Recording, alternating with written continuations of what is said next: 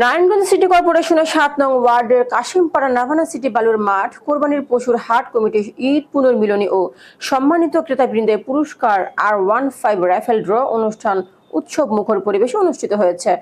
শনিবার বিকেলে সিদ্ধিরগঞ্জের কাশিমপাড়া নাভানা সিটি বালুর মাঠে এই রাইফেল ড্র অনুষ্ঠিত হয়।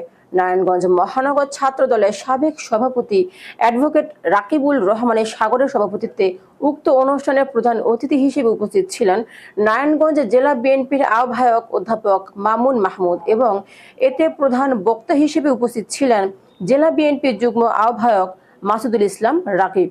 বক্তা হিসেবে উপস্থিত ছিলেন জেলা বিএনপির যুগ্ম আহ্বায়ক মাসুদুল ইসলাম রাজীব।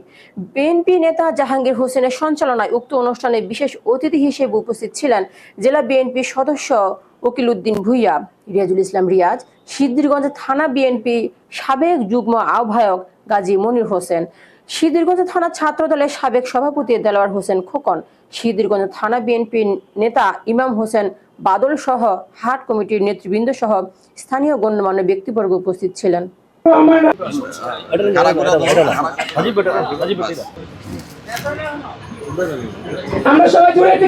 আমি অনুরোধ করবো এবং